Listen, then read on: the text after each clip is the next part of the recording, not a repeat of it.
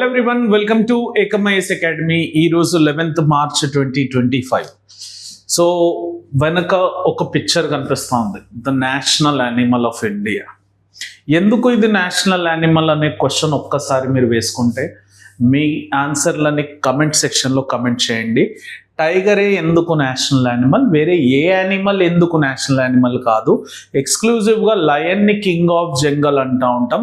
Lion ఎందుకు కాదు, టైగరే ఎందుకు నేషనల్ యానిమల్? ఒక్కసారి మీ యొక్క థింకింగ్ ప్రాసెస్ ఏదైతే ఉందో దాన్ని కమెంట్ సెక్షన్లో డ్రాప్ చేయండి. ఎస్, ఈరోజు మనం టైగర్కి సంబంధించిన సెగ్మెంట్ గురించి మాట్లాడుకోబోతున్నాం. అదేంటంటే ఇండియాలో టైగర్ ప్రొటెక్షన్ కోసం 1973లో ప్రాజెక్ట్ టైగర్ని లాంచ్ చేసి దాని అండర్లో టైగర్ రిజర్వ్స్ని డిక్లేర్ చేయడం స్టార్ట్ చేశారు.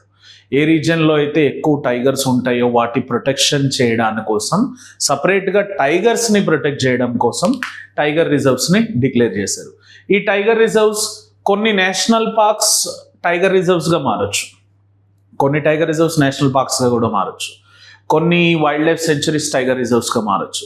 అట్లా ఇండివిజువల్గా టైగర్ రిజర్వ్ ఉండొచ్చు, ఒక నేషనల్ పార్క్ టైగర్ రిజర్వ్ అవ్వచ్చు, ఒక వైల్డ్ లైఫ్ సెంచరీ కూడా టైగర్ రిజర్వ్ అవ్వచ్చు. అట్లా టోటల్గా 1973 నుంచి డిక్లేర్ చేస్తూ ఇప్పటికీ 58 టైగర్ రిజర్వ్లను డిక్లేర్ చేస్తాం. దాంట్లో నాగార్జున సాగర్ శ్రీశైలం టైగర్ రిజర్వ్ ఏదైతే ఉందో అన్నిట్లో ఉన్న అన్ని వాటిలలో it is the largest tiger habitat. So దాని గురించి మనం మాట్లాడుకోబోతున్నాం సార్ ఈ పర్టికులర్ వీడియోలో.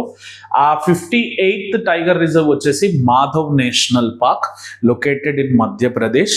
దీంతో మధ్యప్రదేశ్లో మొత్తం 9 టైగర్ రిజర్వ్స్ అవ్వడం జరిగింది. The largest highest number of tiger reserve స్టేట్స్గా మారింది. ఇంట్రడక్షన్ చూద్దాం సార్.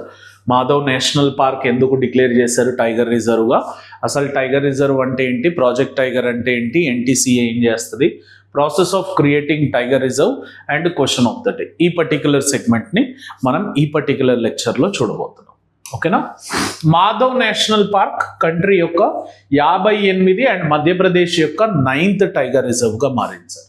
ఎర్లియర్ దీనికన్నా ముందు 57th టైగర్ రిజర్వ్ డిక్లేర్ చేశారు సార్. దాన్ని రాతాపాని వైల్డ్ లైఫ్ సెంచరీ అంటారు సార్.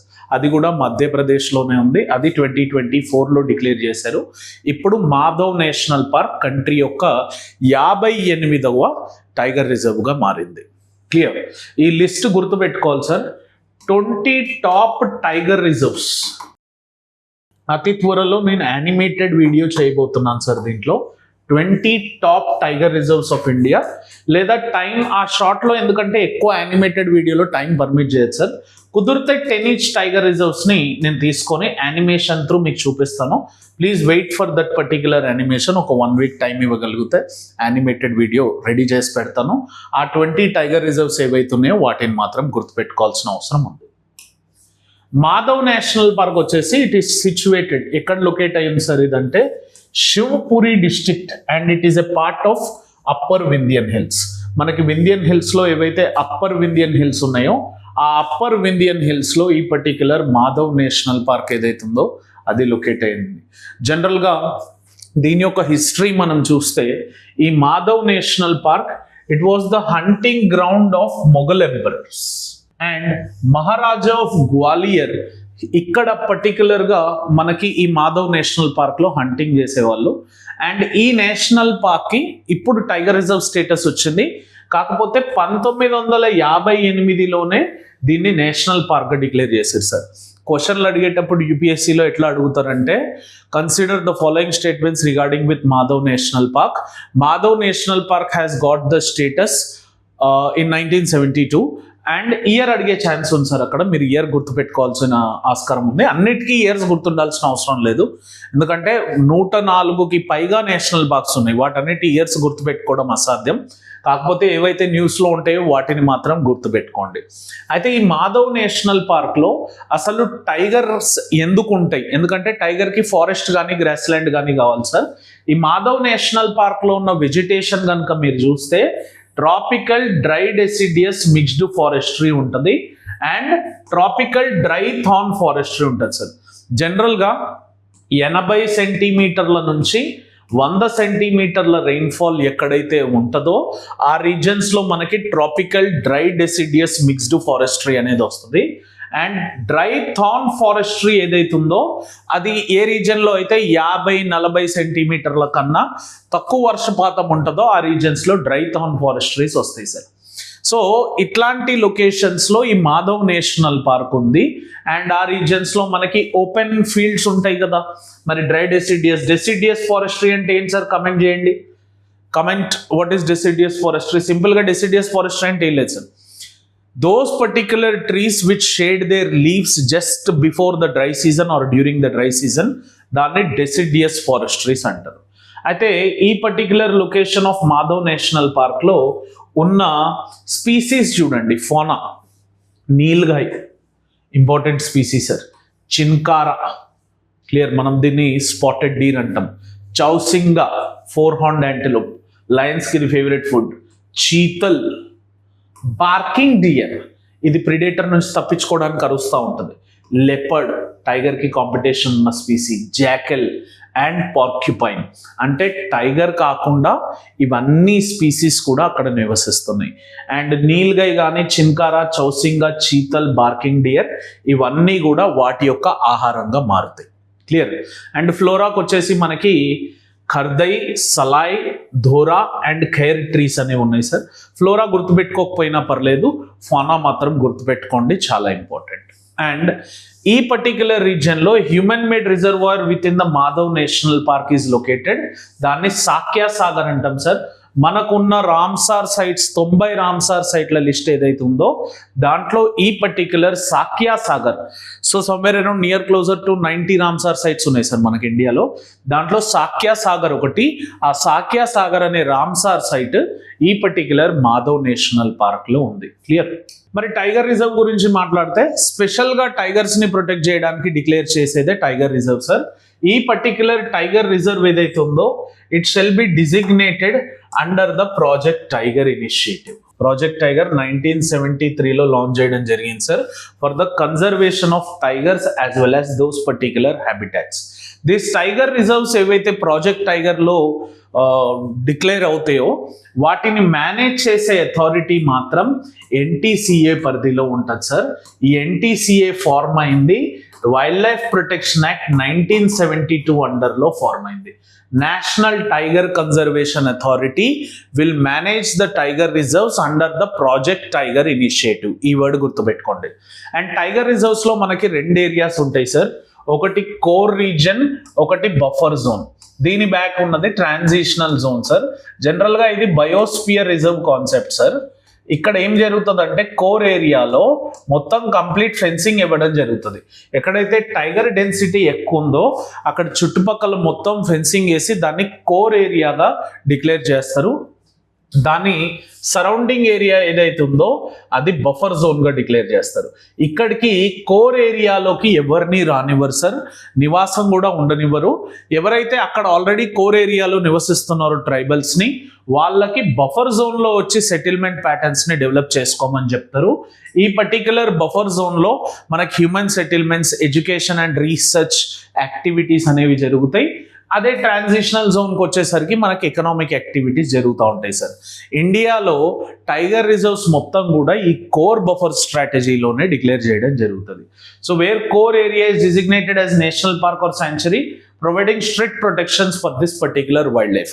ఆ ఏరియాలోకి నో హ్యూమన్ ఇంటర్వెన్షన్ జరుగుతుంది sir. And buffer zone is mix of forestry and non forest land that serves various యూజెస్లో నేను చెప్పినట్టు ట్రైబల్స్ ఎవరైతే నివసించాలనుకుంటున్నారో వాళ్ళు అక్కడ నివసిస్తూ ఉంటారు. ఎడ్యుకేషన్ అండ్ రీసెర్చ్ పర్స్పెక్టివ్లో ఎవరైతే సైంటిస్ట్ కానీ, జోగ్రఫర్స్ కానీ, ఎన్వైర్మెంటలిస్ట్ వెళ్తారో వాళ్ళు ఆ పర్టికులర్ ఏరియా నుంచి టైగర్స్ని కానీ, డిఫరెంట్ వైల్డ్ లైఫ్ సెంచరీస్ని కానీ, నేషనల్ పార్క్స్ కానీ స్టడీ చేస్తూ ఉంటారు. ఈ బఫర్ జోన్స్ ఏవైతే ఉన్నాయో ఇవి transitional areas that support wildlife movement and habitat. కాకపోతే ఈ బఫర్ జోన్లో కూడా యానిమల్స్ వచ్చి వెళ్తూ ఉంటాయి. ఎందుకంటే ఫెన్సింగ్ వేయడం అంటే కంప్లీట్గా ఒక వాల్ కట్టడం కాదు సార్, మ్యాక్సిమం ట్రై చేస్తారు. కొన్ని ఏరియాస్లో ఓపెన్ సెగ్మెంట్స్ ఉంటే అక్కడ నుంచి బఫర్ ఏరియాస్లోకి యానిమల్స్ ప్రవేశించే ఛాన్స్ ఉంది. మనకు బయోస్పియర్ రిజర్వ్స్ ఈ కోర్ బఫర్ స్ట్రాటజీలో వర్క్ అవుతాయి సార్. అట్లాగే టైగర్ రిజర్వ్స్ ఏవైతే ఉన్నాయో అవి కూడా కోర్ బఫర్ స్ట్రాటజీ అండర్లోనే వర్కౌట్ అవ్వడం జరుగుతుంది. క్లియర్? అసలు ఈ టైగర్ రిజర్వ్ని ఎట్లా క్రియేట్ చేస్తారు సార్ అంటే, ఫస్ట్ ఏరియాని ఐడెంటిఫై చేస్తారు సార్. స్టేట్ గవర్నమెంట్ ఏం చేస్తుంది అంటే ఒక ఏరియాని ఐడెంటిఫై చేస్తుంది which is suitable area for tiger reserves based on presence of viable tiger population and appropriate habitat. అంటే ఆ ఏరియాలో టైగర్స్ నివసించాయా, నివసించవచ్చా, ఆ పర్టికులర్ రీజియన్ యొక్క హ్యాబిటాట్ ఏదైతే ఉందో అది టైగర్కి సూటబులా కాదా అని ఫస్ట్ ఏరియా ఐడెంటిఫికేషన్ చేస్తారు సార్. చేసిన తర్వాత ఒకవేళ దాని సూటబిలిటీ ఉంది, అక్కడ టైగర్ నివసించుంది లేకపోతే నివసించవచ్చు అన్న సెగ్మెంట్లో వాళ్ళు ఈ పర్టిక్యులర్ ప్రపోజల్ని ఎన్టీసీఏకి సబ్మిట్ చేస్తారు. ఇందాకే చెప్పాను కదా, tiger reserves would be managed by National tiger conservation Authority under the project tiger initiative. And state government submit చేసిన తర్వాత ఎన్టీసీఏ ఏం చేస్తుందంటే ఇది రివ్యూ చేసి అప్రూవ్ చేసి forward it to Union Ministry of Environment for further consideration. Union Ministry of Environment and Forestry and Climate Change ki ఇది approval ఇచ్చిన తర్వాత ఫర్దర్ సబ్మిషన్కి పంపివ్వడం జరుగుతుంది. దాని తర్వాత ప్రిలిమినరీ నోటిఫికేషన్ ఇవ్వడం జరుగుతుంది సార్. ఒక్కసారి ప్రాసెస్ అంతా కంప్లీట్ అయిపోయాక state government issues A preliminary notification under wild life protection act 1972 declaring an identified area as tiger reserve. So దాని ప్రిలిమినరీ నోటిఫికేషన్ మాత్రం మనకి వైల్డ్ లైఫ్ ప్రొటెక్షన్ యాక్ట్ 1972లో ఇస్తారు. అండ్ ఇది ప్రాజెక్ట్ టైగర్ ఇనిషియేటివ్ ప్రోగ్రాంలో NTCA వీటిని manage చేస్తూ ఉంటుంది sir. After addressing any objections, ఈ ప్రిలిమినరీ నోటిఫికేషన్ ఇచ్చిన తర్వాత ఎన్వైర్మెంటలిస్ట్ నుంచి, సివిల్ సొసైటీస్ నుంచి, లోకల్ ట్రైబల్స్ నుంచి, నాన్ ట్రైబల్స్ నుంచి, ఎడ్యుకేషనల్ ఫోరమ్స్ నుంచి, ఇంటర్నేషనల్ ఫోరమ్స్ నుంచి ఏమన్నా అబ్జెక్షన్స్ రైజ్ అవుతే వాటిని రిజాల్వ్ చేస్తూ ఫైనల్ నోటిఫికేషన్ రిలీజ్ చేస్తారు. After addressing any objections or proposed modifications, the state issues a final notification under section 38 clear of wildlife protection act అండర్లో దాన్ని tiger రిజర్వ్గా డిక్లేర్ చేయడం జరుగుతుంది. ఇండియాలో ఫస్ట్ 9 ఒరిజినల్ టైగర్ రిజర్వ్స్ ఉన్నాయి sir 1973 సెగ్మెంట్లో declare చేసినవి. Please do drop those particular 9 tiger reserves which were declared under first initiative. First ఉన్న ఒరిజినల్ టైగర్ రిజర్వ్స్ 9 ఉన్నాయి. ఆ 9లో లిస్ట్ ఏదైతే ఉందో దాని నుంచి క్వశ్చన్ రాబోతుంది. Please try to comment those particular 9 tiger reserves. And last 5-6 ఏవైతే డిక్లేర్ అయినాయో అవి కూడా మీకు ఇంపార్టెంట్. యాజ్ నేను చెప్పినట్టు దాని మీద యానిమేటెడ్ వీడియో చేస్తాం, మీకు అది అవైలబుల్ ఉంటుంది. విత్ ఇన్ 1 week లోపల we would be making it available for you. This is regarding with the Madhav National Park which has been declared as a tiger reserve. Coming to the question of the day, how are tiger reserves notified? ఇందాక నేను మీకు procedure చెప్పున్నా. ఆ tiger reserves ని ఏదైతే first identifying, తర్వాత submitting the report to NTCA, తర్వాత preliminary notification, తర్వాత final notification, దాన్ని initial first part of the ఆన్సర్లో రాయాలి. Discuss the significance of forming a new tiger reserve in context of India's tiger conservation efforts.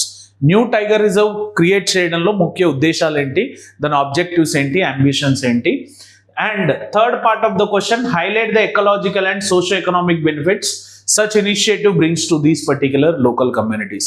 ఇవి declare చేయడం వల్ల local కమ్యూనిటీస్కి ఏం benefits వస్తాయి, టైగర్ ప్రొటెక్షన్ వల్ల ఫారెస్ట్ ఈకోసిస్టమ్కి ఎలాంటి బెనిఫిట్ వస్తుంది, అది అంబ్రెల్లా స్పీసీగా ఉంటుంది, కీస్టోన్ స్పీసీగా ఉంటుంది. కాబట్టి tiger present in forest is very effective for forest ecosystem. ఆ స్ట్రక్చర్స్లో మీరు రాయాల్సి ఉంటుంది. ఈ పర్టిక్యులర్ సెగ్మెంట్లో 58 టైగర్ రిజర్వ్లు ఉన్నాయి. 58 నుంచి 50 నుంచి ఏవైతే లాస్ట్ 8 డిక్లేర్ చేసినారో అవి గుర్తుపెట్టుకోండి. అండ్ 59th కూడా రెడీగానే ఉంది. విత్ ఇన్ 10-15 days అది కూడా నోటిఫికేషన్లోకి వచ్చేస్తుంది. అప్పుడు మనం ఆ పర్టిక్యులర్ టైగర్ రిజర్వ్ గురించి కూడా డిక్లేర్ చేసుకుందాం. క్లియర్? హోప్ఫుల్లీ మీ అందరికీ వీడియో నచ్చిందని అనుకుంటున్నా. Please do like it and share this video as much as you can. And please subscribe to Ekam IAS Academy channel and click on the bell icon for the continuous notifications. And thank you for watching this video. Have an awesome day. Jai Hind.